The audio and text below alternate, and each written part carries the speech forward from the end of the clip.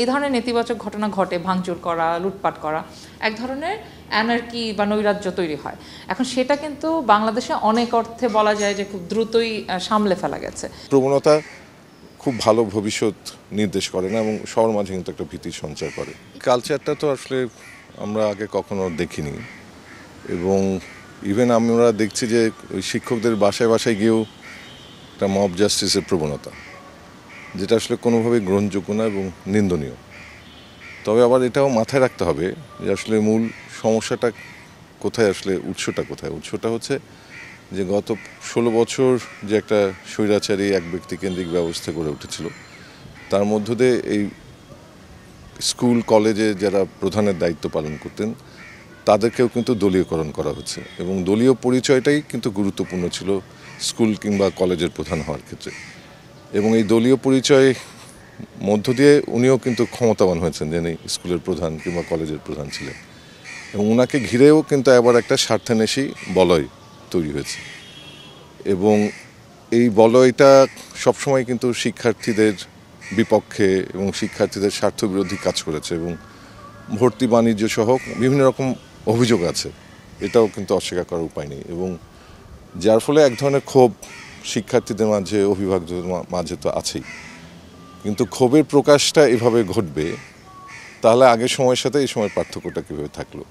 আর সবচেয়ে জরুরি বিষয় হচ্ছে যখন সরকারের পতন হলো এবং এই পতনের মধ্য দিয়ে দেখা গেল যে স্কুল কলেজের প্রধান তাদেরও পতন হতে শুরু করলো, এবং তার মানে তারা এমন মাত্রায় হচ্ছে এই দলীয় পরিচয়টাকে ধারণ করেছেন যে তারাও কিন্তু বৈধতার সংকটে পড়ে গেছেন।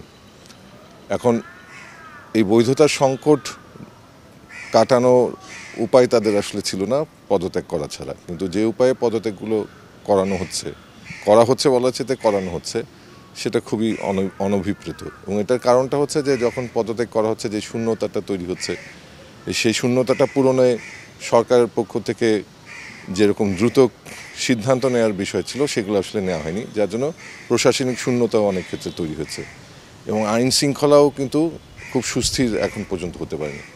সব কিছু মিলিয়ে আমরা এইগুলোর একটা প্রকাশ বিভিন্নভাবে দেখছি, যেটা অনেকখানি মব জাস্টিসের প্রবণতা।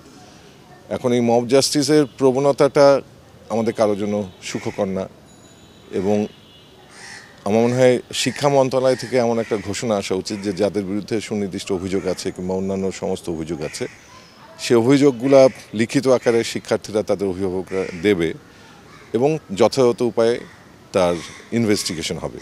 তো এটা যদি শিক্ষা মন্ত্রণালয় থেকে বলে দেওয়া হয়, তাহলে যেই অভিযোগগুলো আছে সেগুলো সেই প্রক্রিয়ার মধ্য দিয়ে যদি খতিয়ে দেখা হয় এবং সত্যি সত্যি যাদের অভিযোগ প্রমাণিত হবে, খুব অল্প সময়ের মধ্যে যদি ব্যবস্থা নেওয়া যায়, তাহলে সবার মাঝে স্বস্তি ফিরে আসে এবং এই প্রবণতা থেকে আমরা মুক্তি পেতে পারি। এবং এই প্রবণতা খুব ভালো ভবিষ্যৎ নির্দেশ করে না এবং সবার মাঝে কিন্তু একটা ভীতির সঞ্চার করে। যদি চাও টেস্ট স্বাদ হট টমেটো সস বেস্ট। স্বাদ হট টমেটো সস এখন নতুন স্বাদে। খুব স্বাভাবিকভাবেই দেয়ালটা বটে, এটাতে অনাস্থার একটা প্রকাশ, এবং এই অনাস্থা এবং যেভাবে আমরা আসলে এই একটা ব্যক্তি কিংবা একটা দলের প্রশংসায় মেতেছিলাম, বন্দনায় মেতেছিলাম, এবং এই বন্দনায় প্রশংসায় মেতে থেকেছি শুধুমাত্র ব্যক্তির স্বার্থে, তার প্রতিষ্ঠানের স্বার্থ না, তাদের শিক্ষার্থী স্বার্থ না। যার ফলে এটা কিন্তু একটা বড় ধরনের সংকট যে এইসব শিক্ষক এসব কাজ করেছেন, তাদের ক্লাসরুমে উপস্থিত হওয়াটা কিন্তু এখন খুব সহজ বিষয় না। সেক্ষেত্রে যারা এই কাজগুলো করেছেন, অনেকে অবস্থার পরিপ্রেক্ষিতে করেছেন, তাদেরও নিজেদেরও প্রকাশ্যে আসলে আমার মনে হয় যে তাদের দুঃখ প্রকাশ করা উচিত, এবং কী পরিস্থিতিগুলো করেছেন ওনাদেরও সার্বিকভাবে দুঃখ প্রকাশের মধ্য দিয়ে এবং শিক্ষার্থীদের পক্ষে কাজ করবেন, শিক্ষার্থীদের স্বার্থ, তার প্রতিষ্ঠানের স্বার্থ রক্ষা করবেন, এই ধরনের একটা তাদের পক্ষ থেকে একটা প্রতিজ্ঞা আমার মনে হয় পাবলিকলি ঘোষণা দেওয়া উচিত, এবং এই প্রতিজ্ঞাটা নিশ্চিত করার বিষয়ে ওনাদের যে অবস্থানটাও স্বচ্ছ করা দরকার। সেরকমটা হলে অনেক ক্ষেত্রেই এই আস্থার সংকটটা আমরা উঠাতে পারবো। যে যখন আমাদের শিক্ষার্থীরা আন্দোলন শুরু করে এবার এই জুলাইয়ে, তখন কিন্তু আমরা দেখেছি যে বেশিরভাগ ক্ষেত্রে শিক্ষকরা তাদের সাথে ছিলেন না, এবং এই যে সাথে না থাকা এবং শিক্ষকদের নিয়োগগুলো যেভাবে হয়েছে বিশ্ববিদ্যালয়গুলোতে তো বটেই, এমনকি স্কুল কলেজগুলোরও ম্যানেজিং কমিটি থেকে শুরু করে কলেজের প্রিন্সিপাল ভাইস এই নিয়োগগুলো এমন দলীয়করণ করা হয়েছে যে এই যে স্কুল কলেজের শিক্ষার্থীরা বিশ্ববিদ্যালয়ের শিক্ষার্থীরা যখন ছাত্রলীগ যুবলীগ এমনকি আওয়ামী লীগের লোকদের কাছ থেকে মার খাচ্ছে বা গোলাগুলি হচ্ছে তখনও এই শিক্ষকরা আসলে সকলে এখানে এসে দাঁড়াননি, কিন্তু এটাও সকলে দাঁড়াননি, এমন তো না যে কেউ দাঁড়াননি, কেউ না কেউ তো অবশ্যই দাঁড়িয়েছেন। তাদের সংখ্যাটা হয়তো শুরুর দিকে কম ছিল, কিন্তু যত দিন গেছে যত লাশের সংখ্যা বেড়েছে তারা আরও বেশি সংখ্যায় যোগ দিয়েছেন। কিন্তু এখন যেটা ঘটছে সেটা সম্পর্কে আমাদের যেটা মনে হয় যে এই যে একটা লম্বা সময় ধরে চলে আসা এক ধরনের নিপীড়নমূলক ব্যবস্থা যার বেনিফিশিয়ারি হয়েছেন এই শিক্ষকরা বেশিরভাগ ক্ষেত্রেই, সেই জায়গাটা থেকে শিক্ষার্থীদের মনের মধ্যে এক ধরনের অনাস্থা আছে। এই যে একটা ব্যাপক অনাস্থা, এটা শুরুতে কিন্তু কেটে যেতে পারতো, বেশ কিছুদিন কিন্তু এটা ছিল না এই অনাস্থাটা। শুরুতে এটা কেটে যেতে পারতো যদি যারা এই কাজগুলোর সাথে যুক্ত ছিলেন তাদেরকে আমরা যদি একটা শাস্তির আওতায় আসতে দেখতে পারতাম, যে একটা কোনো প্রক্রিয়া শুরু হয়েছে, তখন হয়তো এই জিনিসটা এত খারাপ হতো না। কিন্তু প্রতিশোধ পরায়ণ হওয়া এগুলো কিন্তু গণঅভ্যুত্থানের পরে বেশ স্বাভাবিক প্রতিক্রিয়া, মানে যদিও বলছি না এটা ভালো কথা, এটা খুবই নেতিবাচক জিনিস, কিন্তু এই ধরনের নেতিবাচক ঘটনা ঘটে, ভাঙচুর করা লুটপাট করা, এক ধরনের অ্যানার্কি বা নৈরাজ্য তৈরি হয়। এখন সেটা কিন্তু বাংলাদেশে অনেক অর্থে বলা যায় যে খুব দ্রুতই সামলে ফেলা গেছে, কিন্তু এর সাথে যেটা দেখা গেল যে ওই বিশ্ববিদ্যালয় বা ওই কলেজ বা অন্য প্রতিষ্ঠানগুলোতে তো আরও অনেক ধরনের কি বলবো ইন্টারেস্টের ইচ্ছার আকাঙ্ক্ষার সম্পন্ন শিক্ষকরা আছেন, এবং তারা তখন একে অপরের সাথে, যেহেতু এখানে একটা ফাঁকা তৈরি হচ্ছে, একটা ভ্যাকুম তৈরি হচ্ছে, এই ভ্যাকুমটা তৈরি হয়েছে যে ধরেন বিশ্ববিদ্যালয়গুলোতে সব উপাচার্যরা পদত্যাগ করেছেন অথবা বাধ্য হয়েছেন অথবা নিজে নিজে পদত্যাগ করেছেন। এরকম একটা পরিস্থিতিতে তো আসলে বিশাল একটা শূন্যস্থান তৈরি হয়েছে।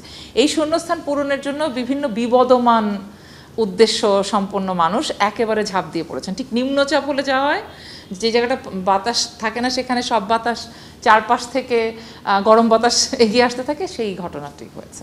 এবং এই রকম পরিস্থিতির কারণে শিক্ষার্থীদেরকে কোনো কোনো ক্ষেত্রে ব্যবহারও করা হচ্ছে তাদের নিজস্ব স্বার্থ উদ্ধারের জন্য। আবার শিক্ষার্থীদের ক্ষোভ রয়েছে কোনো কোনো শিক্ষকের প্রতি। সেক্ষেত্রে উচিত কাজ হচ্ছে, যদি কোনো শিক্ষকের বিরুদ্ধে যথাযথ প্রমাণ থাকে যে তিনি শিক্ষার্থীদের নিপীড়ন করার ক্ষেত্রে যুক্ত ছিলেন, তাহলে সেই প্রমাণসহ একেবারে সরাসরি অভিযোগ দায়ের করা, এবং এটি একটি প্রক্রিয়ার মধ্যে দিয়ে আইন শৃঙ্খলার যে আইনের শাসনের যে প্রক্রিয়া, সেই আইনের শাসনের প্রক্রিয়ার মধ্যে দিয়ে অগ্রসর হতে হবে। এই যে আমি ভাবলাম যে আমি গিয়ে আপনার সাথে আপনি আপনার সাথে খারাপ ব্যবহার করেছেন, সুতরাং আমি আপনার সাথে খারাপ ব্যবহার করব, এইটা তো আইন বহির্ভূত প্রক্রিয়া, বিচার বহির্ভূত প্রক্রিয়া। আমি আপনাকে শাস্তি দেওয়ার চেষ্টা করছি, এই শাস্তি আমি তো দিতে পারি না, কারণ আমরা তো একটা সামাজিক চুক্তির মাধ্যমে একটা রাষ্ট্র নামক একটা ব্যবস্থা তৈরি করেছি, সেখানে আইন শৃঙ্খলা বাহিনী আছে, আইন বলে কিছু জিনিস আছে, সেগুলোর ভিত্তিতেই এই শাস্তি এবং বিচার এবং তদন্ত বিচার এবং তারপর শাস্তি, এবং এই তদন্ত বিচার এবং শাস্তি পুরো প্রক্রিয়াটাই মানে একটার পর একটা যেভাবে আছে সেইভাবে পূরণ করেই কিন্তু মানুষকে শাস্তি দিতে হবে। তা না হলে এই যে একে তো শিক্ষকরা অপরাধ করে দোষ করে একটা অনাস্থা তৈরি করেছেন, তার সাথে যদি শিক্ষার্থীরাও এখন এই একই রকম ইনজাস্টিস অন্যায্যতা ওনাদের সাথে করেন, তখন যেটা হবে, আমি একজন শিক্ষক হিসেবে আমি তো ছাত্রদের পাশে দাঁড়িয়েছিলাম, কিন্তু সকল শিক্ষকই কিন্তু তখন বাধ্য হবেন ছাত্রদের বিরুদ্ধে বলতে বা দাঁড়াতে যে এটা তো অন্যায় হচ্ছে। একটা অন্যায়ের প্রতিকার আরেকটা অন্যায় দিয়ে করা যায় না, এক্সট্রা জুডিশিয়াল ম্যানারে করা যায় না, নিজে নিজে জাস্টিস তৈরি করা এটা রাষ্ট্র ব্যবস্থার মধ্যে করা যায় না। সেগুলো থেকে শিক্ষার্থীদেরকে ফিরিয়ে আনা বা তাদেরকে প্রতিশোধ পরায়ণ না হতে বলা, এগুলো যেই শিক্ষকরা তাদের সাথে ছিলেন তাদের সবার আগে বলা উচিত। যে হয়তো যেহেতু আমরা সাথে ছিলাম, আমাদেরকে হয়তো একটুখানি বেশি আস্থা করে, সেক্ষেত্রে আমাদের মূল দায়িত্ব হচ্ছে সামনে গিয়ে বলা, আমাদের সবার আগে গিয়ে বলতে হবে যে এটা করা যাবে না। যেরকম আমরা অনেক শিক্ষকদের পক্ষ থেকে, আমরা বিশ্ববিদ্যালয়ের শিক্ষক নেটওয়ার্কের পক্ষ থেকেও কিন্তু একটা বিবৃতি দেওয়া হয়েছে যে কাউকে ব্যক্তিগতভাবে হেনস্থা না করা এবং এই ধরনের বিষয়গুলোর মাধ্যমে তাদেরকে বিপদগ্রস্ত না করা।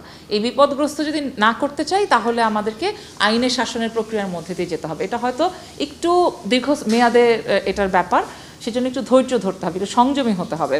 আর অতি সহজেই যে কেউ এসে বললো আর সেটাতেই উঠে দৌড় দিয়ে আমরা আরেকজনের বিরুদ্ধে একটা জাস্টিস করতে গেলাম, সেই অধিকার আসলে আমাদের নাই। এবং সেটা করার মাধ্যমে এই বিভাজনটা বা এই যে অনাস্থাটা এটা আরও বেশি গভীর হবে। এ কারণেই আমি শিক্ষার্থীদের প্রতি আহ্বান জানাই, তারা শুভ বুদ্ধির পরিচয় দিয়েছেন গত পুরো আন্দোলনটাতে। তারা আমাদের সামনে এমন এমন উদাহরণ তৈরি করেছেন যেগুলো আমরা কখনো ভাবি নাই।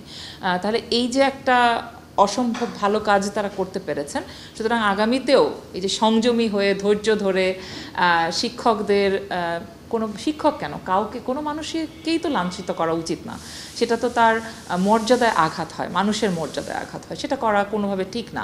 তিনি আমার প্রতি একটা অন্যায় করেছেন, আমি তাহলে এটার একটা সঠিক ব্যবস্থার মধ্যে দিয়ে তার অন্যায়টার বিচার চাইব। এবং সেই জিনিসগুলো যদি একটু তাড়াতাড়ি দু একটা বিচার টিচার হতো, তাহলে হয়তো ছাত্ররা একটু কম মানে তাদের যে এই যে রাগ বা ক্ষোভ, এটা প্রশমিত হতে সহজ হতো। যেরকম এরকম বলা হয় যে কোনো কোনো শিক্ষক হয়তো আবার ফিরে এসে তাদের সাথে আবার খারাপ আচরণ করবেন, কিংবা নম্বর কমিয়ে দেবেন বা রেজাল্ট খারাপ করে দেবেন, তাদের ক্যারিয়ার ধ্বংস করবেন। এগুলো তো মানে একটা বাস্তব হুমকি, এবং এই জিনিসগুলো কিন্তু তাদের সাথে হয়েছে আগে। তারা যে ভয় পাচ্ছেন এমনিতে তা কিন্তু না। সুতরাং সেই জায়গায় যারা প্রশাসনে আছেন, যারা সরকারে আছেন, তাদেরও দরকার আছে এই ছাত্রদেরকে বা শিক্ষার্থীদেরকে বোঝানো যে আমরা অচিরেই এই ব্যবস্থাগুলো নিতে যাচ্ছি, যাতে করে তারা কোনোভাবেই নিজের হাতে, জিনিসটা বললে মনে হয় বাংলা সিনেমার ডায়লগ যে আইন নিজের হাতে তুলে নেবেন না, তা আসলেই তুলে নেওয়াটা খুব অনুচিত। যদিও ওরা আইন ভেঙেই আন্দোলন করেছে, সেই গণ আন্দোলনে আমাদের আজকের এই স্বৈরাচারের পতন, কিন্তু এই মুহূর্তে এখন তো স্বৈরাচারের পতন হয়েছে, এখন তো ছাত্রদেরকে দেশ গড়ার কাজে লাগতে হবে, আরও নতুন করে সংঘাতে জড়ানো যাবে না।